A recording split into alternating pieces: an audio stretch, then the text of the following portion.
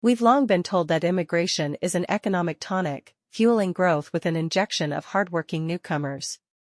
But lately, that conventional wisdom has curdled into a bitter reality. The rapid influx of migrants is colliding with housing crises, constricting living standards and fracturing the political solidarity needed for immigration policies to succeed. Look across the developed world, from Sydney to Toronto, London to Berlin, and you'll see the same recurrent saga. Migrants arrive in search of opportunity, only to be ensnared in vicious cycles of soaring rents, backlogged construction, and strained public services. Instead of powering economic ascent, immigration is producing a rasping dissonance of resentment, both among the aspiring newcomers unable to gain an economic foothold and the long-time residents witnessing their cities transformed and hollowed out. In Canada, the arrival of 2.4 million people over just 2 years, more than the entire population of New Mexico, has submerged the nation's ability to provide adequate housing. The overheated influx slashed per capita GDP even as the top-line economic numbers glowed. Young professionals like Akanksha Biswas, an advertising creative who moved from Sydney to Toronto expecting a better life, instead endure exorbitant rents over a third of their income, abandoning dreams of home ownership as their living standards plummet. Australia faces its own worst housing crisis in living memory as migrants arrive to fill endemic labour shortages, yet rental vacancies languish near zero and apartment construction plunges to 12-year lows. In parts of Sydney, rents have doubled in just 2 years, decimating newcomers' bank accounts while gnawing away at growth. The nation's per capita GDP has contracted for 3 consecutive quarters as the immigration-fueled population swell masks profound economic fragility. Britain paints a familiar portrait, with migration levels at all-time highs, combining with housing shortfalls to inflate home prices to over 8 times average earnings, 12 times in London.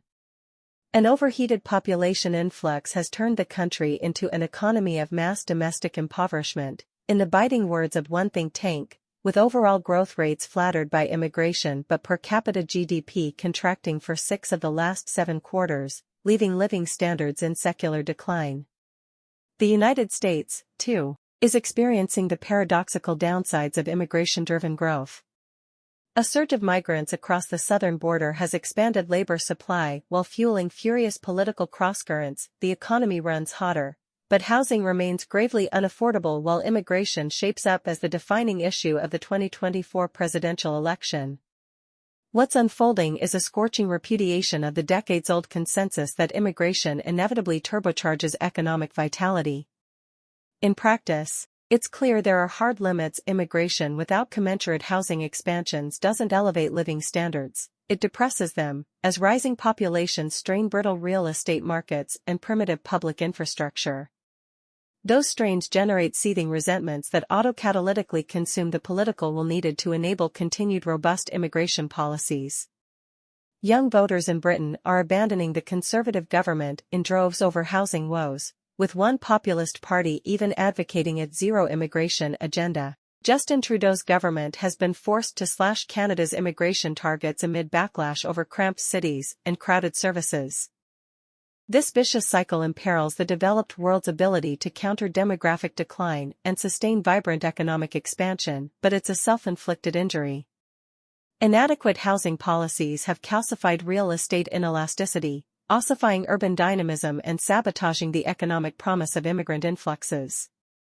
Only by expanding housing stock at commensurate paces and fortifying public services can nations unlock immigration's growth-fueling potential and prevent the unraveling of political consensus. We're courting civilizational stagnation if these housing-induced pressures aren't alleviated. Already, the generation-defining aspirations of new arrivals and younger residents are being smothered, the dream of owning a home extinguished, living standards sinking, prospects dimming. Such profound economic immiseration will inevitably harden opposition to continued immigration influxes. New migrants, initially welcomed as engines of growth, will instead become seen as usurpers, unfairly consuming scarce housing and services. That noxious xenophobia, fueling extremist political tides, imperils the pluralistic democratic character that has long catalyzed the West's economic dynamism. To preserve immigration's capacity to revitalize and reshape our nations, to allow the alchemy of fresh arrivals and native opportunity to spark continual renewal, we must start building.